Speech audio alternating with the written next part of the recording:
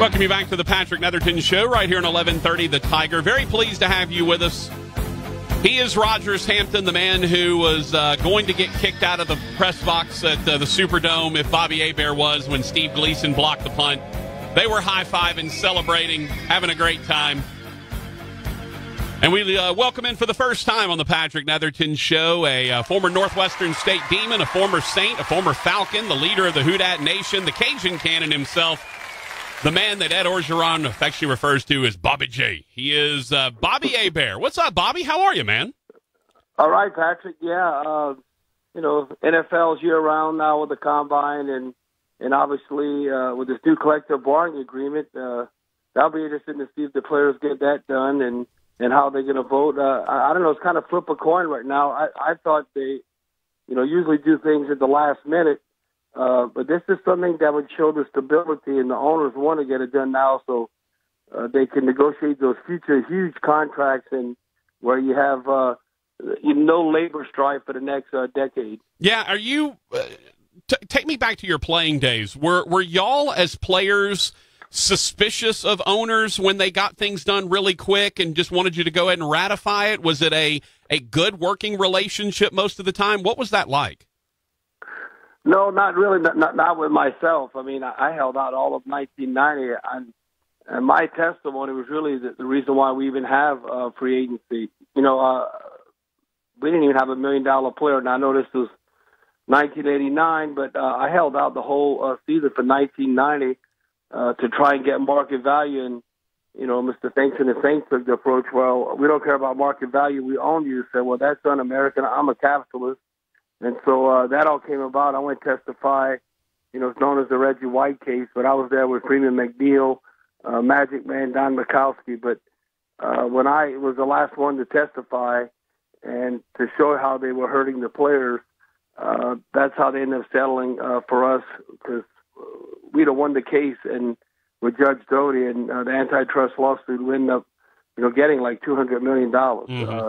And that was a lot back then. So, really, the players, they try and stick together, and I think it's too many players. Like we had a strike in 1987. Too many players involved to have the true continuity that you have like in Major League Baseball or even the NBA. So the owners were definitely in the driver's seat, but, I mean, why even, try to kill the goose that laid the golden egg where everyone can prosper? Because the NFL is must-see TV, and now leaving on the social media aspect, the NFL is so popular that you don't need a lockout or you don't need a strike, because that wouldn't benefit anyone. And the fans always take the approach, I don't want to hear about millionaires fighting billionaires or vice versa. So that's why I think they'll ultimately get it done. And I think the owners realize that they have to give and take, like as far as the 17-game schedule and all that, and how you're going to compensate the players and expanding the roster. So they're not just telling the players this day and age, this is how it is, love it or leave it sort of thing. I think they're truly trying to make it work, but they always have the upper hand. Yeah, you mentioned they always have the upper hand, and that's usually the case in most labor disputes. The ownership usually has the advantage over labor, but that being said, this is a star league, Bobby, and so, guys like, people want to see Aaron Rodgers and Drew Brees and Patrick Mahomes and Tom Brady and Zeke Elliott. So isn't there at least some chutzpah, some gravitas that the players actually enjoy in this? Well, the union is really 75-80% of the players. The quarterbacks don't even need a union. Right. They can have a union within themselves. They're going to get paid. Look at Kirk Cousins not even winning anything, and then getting 80-something million guaranteed. So the quarterbacks are going to be always taken care of. I know we had a strike back in 1987, and even if I wanted to cross the picket line, it wouldn't have been in the best interest because you leading the team. But the strike wasn't going to benefit me. I recall, I lost at that time $185,000, and you never really get that back. But you have to stick together as a team, and they actually canceled a game that year. That was the year, when I think about '87, the first time the Saints ever had double-digit wins, and we won 9 games in a row. The best they ever did in the Archie Manning was 8-8. We finished 12-3 that year, and 12-3, and we didn't even win the NFC West. Because the 49ers are always so good with Joe Montana. We were 12-3. We were a wild card, but when I look back, we stuck together as a team, even having a game canceled, and ended up having a very, prosperous, great season under Coach Mara.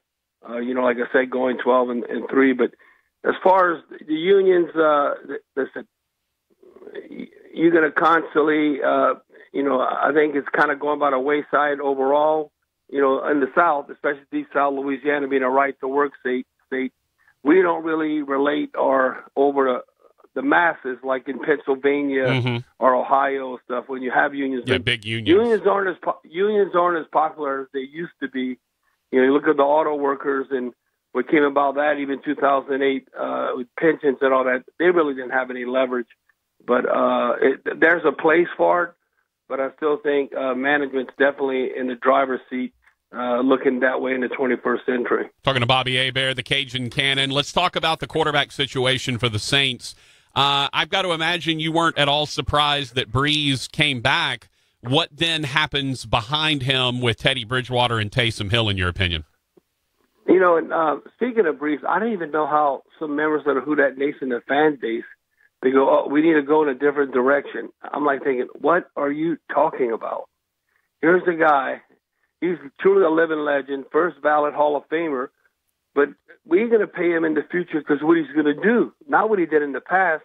And I try to tell the fans, look, Drew Brees was Player of the Month in December, not September, in the whole NFL. I mean, that's not an opinion. That's actually, when you look at, that's what he accomplished. Right. And some fans at times they have a hard time grasping because maybe he'll run around like Pat Mahomes or the Ravens quarterback Latavius and so what the new latest greatest flavor. But all I know is if you look, Player of the Month in December, he threw 15 touchdowns, 0 interceptions, quarterback rating of 137 in that month. Then you look just this season, he had a new personal best. His quarterback rating was right under 117. He threw 27 touchdowns. He only had like 4 picks, and you can go on and on. He's the most accurate quarterback in pro football history. And then you just look at what Drew Brees means to the team and his leadership. Now, you got to win some in the postseason, but still the stability. If you look at the last 3 seasons, the Saints have the best record in the National Football League, and Drew Brees is a big part of that. That's why they want him around. And when you look as far as who's backing him up, and I think, going back to Brees, they want to get a deal done before the start of free agency on March 18 with Drew. And I think Drew will work with him in that regard, kind of similar to what he's been paid the last 2 seasons, which is about $25 million. But then looking at Taysom Hill, Taysom Hill is really not in the driver's seat. He's a restricted free agent. I think the Saints are going to tenure him like a first round, so they can match what any other team wants to give him. And then Teddy Bridgewater, now he's unrestricted. I think where he's at, he's probably going to double what he made with the Saints. I think in that 15 to 20 million range. But other than that, I think you're going to see the same thing what you saw last year with the offense, and maybe. And Drew even said he wanted to share the wealth. So let's say you have 65 snaps. That's when you click in the NFL as an offensive unit. You can have more or less, but if you had 65, Drew's almost taking the approach I'd have no problem if Taysom all of a sudden doubling his snap total, where all of a sudden you see Taysom having maybe 20 snaps a game at quarterback. Yeah. Because Drew just wants to win. He has to somehow get to that second Super Bowl, and it's all for one for all. They have a great meeting room in that quarterback meeting room, and no conflict. And so that's really not going to be a problem. But I think right now, before free agency starts, I think Teddy Bridgewater, there's more competition this offseason than last. Last year, he had an opportunity to go back to his hometown and play for the Dolphins, and it had been over $11 million, but he weighed the pros and cons of supporting cast and all that. He looked at the opportunity with the Saints a whole lot better, and then got rewarded. It was a great insurance policy for the Saints, but they cashed it in, and money well spent. He led them to 5 victories, but now we could parlay that into a bigger contract for him, I think, coming up. But there's a lot more quarterbacks on the market this year. But I think right now, I don't know what they're going to do in the draft. I wouldn't be surprised if Sean Payton really likes a young quarterback, but I would be shocked if Taysom Hill would not be along with Drew Brees as far as that quarterback meeting room. I'm with you on that. Talking to Bobby Hebert. All right, so this is very nitpicky on my part, and I will admit it immediately because there's not a lot you can criticize about Drew Brees. But I am curious. One thing I've noticed, and you're a quarterback, so you'll notice it much better than I will and can speak to it better than I can. I worry about the deep ball with Drew Brees. It doesn't seem like they throw it very often, whether that's because they don't have a guy that can go take the top off the defense or it's something with his arm. It feels like they don't have the ability to attack deep. Am I being too critical, or is that something that's a concern? No, you can acknowledge your eyes don't, you see what you're witnessing. So your eyes aren't lying to you. But Drew's never had a strong arm. Yeah. Even when Drew made long throws like the Devery Henderson, I'm going way back, Robert Meacham. Yeah. The ball would be in the air 45, 50 yards. It's all about anticipation, moving the safety with your eyes, and just being accurate. It wasn't like I'm scrambling around and Drew's throwing at 65 yards. He's never done that, even when he was young. So now that he's older, it is all about anticipation. And really, even as great as Michael Thomas is, Michael Thomas is not a burner. No, absolutely. He's a number one possession receiver. And I think, and then Ted Ginn's too up and down, too inconsistent. He can still run with the young guys, with the 20-year-olds, him being an old man for a receiver. But I think that's what really people see what's coming about. They go, well, Drew Brees can't throw the deep ball anymore. Well, he never really could. Yeah. That's the thing. That's just so amazing. The one thing he still is accurate. Mm-hmm. He's breaking his own records as far as the accuracy. And but no one has really taken the place like Traquan Smith or whoever to be that number 2 receiver. Jerry Cook stepped up to be that number 2 receiver, even though he's a tight end. Now, I'd be interested to see what's happening with Alvin Kamara. I'd be surprised if they pay a running back with Kamara. That could be a holdout situation, coming down the road. But when I look where Drew's at right now, and I can tell you this, and I said this, I said if Drew retires, the Saints aren't going to the Super Bowl next year. I think by Drew Brees coming back, the window of opportunity is still open. Yeah. So, people say, oh, what do you mean? The Saints got a great team. I said, no, they do have a great team, but it is hard to win in the National Football League and to get to the Super Bowl. I'm telling you, Drew gives us a chance right now, considering the level that he played. Look, we won 13 games last year. Mm-hmm.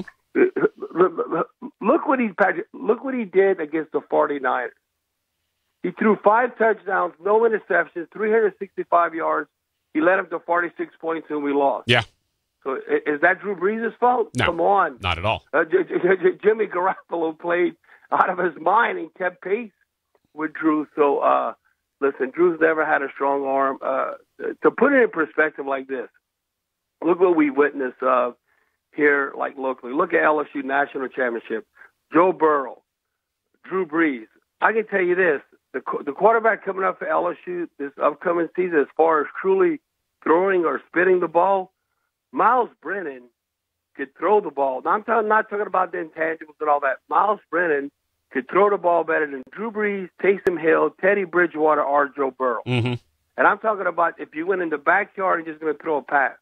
Just throw some passes, not being a quarterback and lead and all that. Just arm talent, as they like to say. Arm talent. Yeah. Miles Brennan can spin it. He can spin it.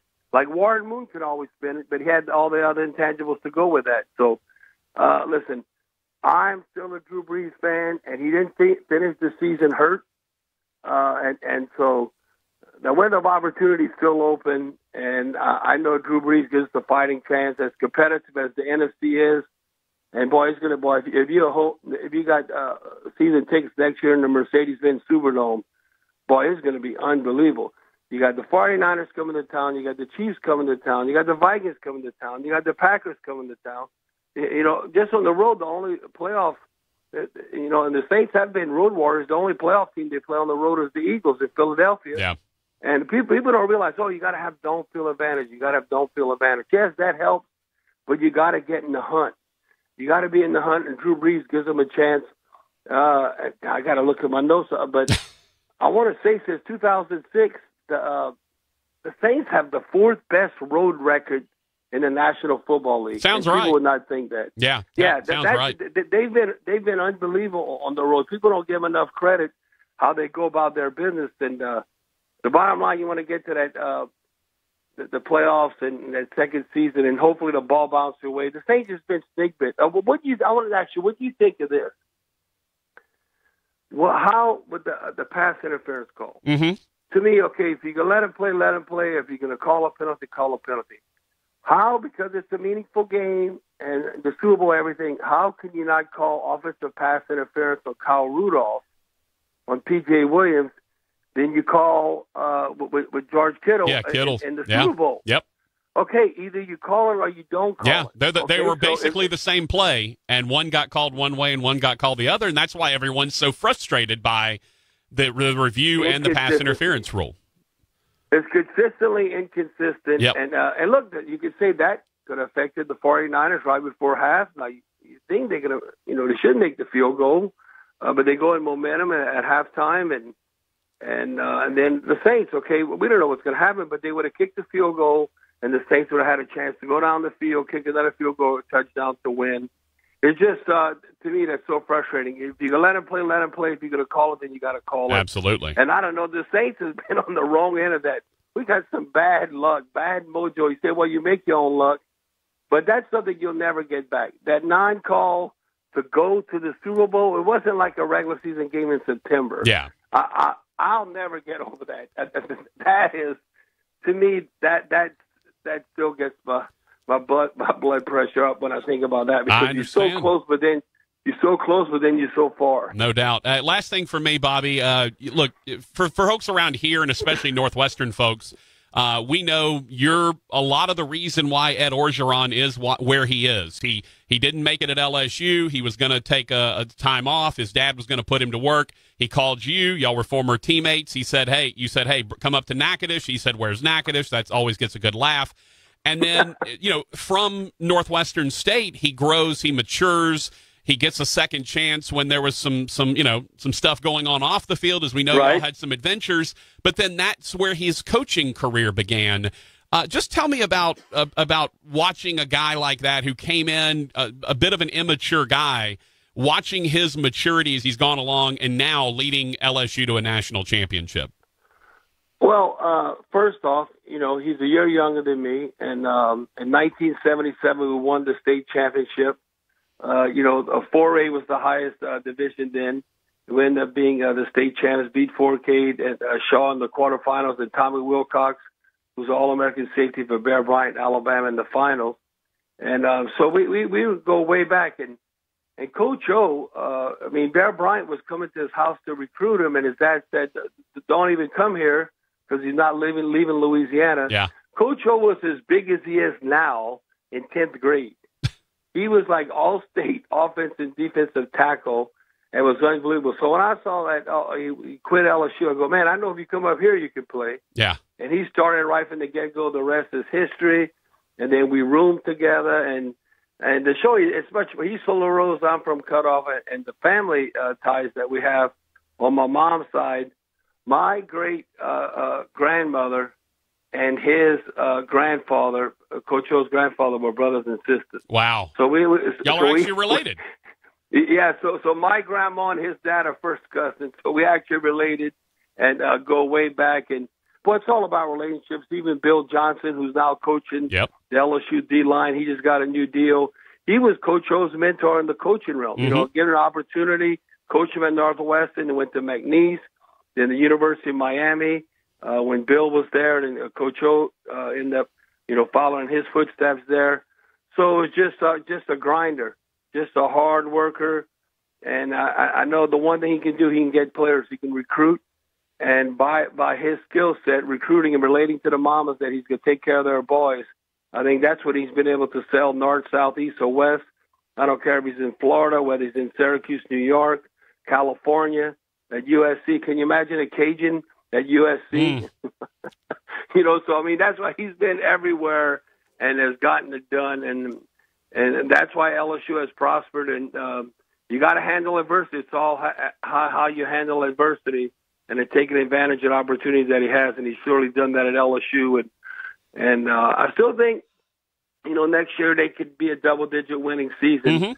But I'm really looking for them 2021. I think that's going to be the year that you got to keep it realistic that we could be back in the hunt and make that Final Four for the playoffs. Yeah. Well, as they say about him, and I will say about you as well, when you were the Saints quarterback and now the LSU head coach, when you finally got a quarterback, finally got a coach that doesn't have an accent. That's what they say about him, and it's the same way with you, Bobby. Man, it's been so great catching up with you, brother. Thank you so much for your time, and we'll look forward to getting with you, man. All right, Farkas being the Northwestern is always close to Coach O and I's heart. Appreciate it. Bobby Hebert, the Cajun Cannon.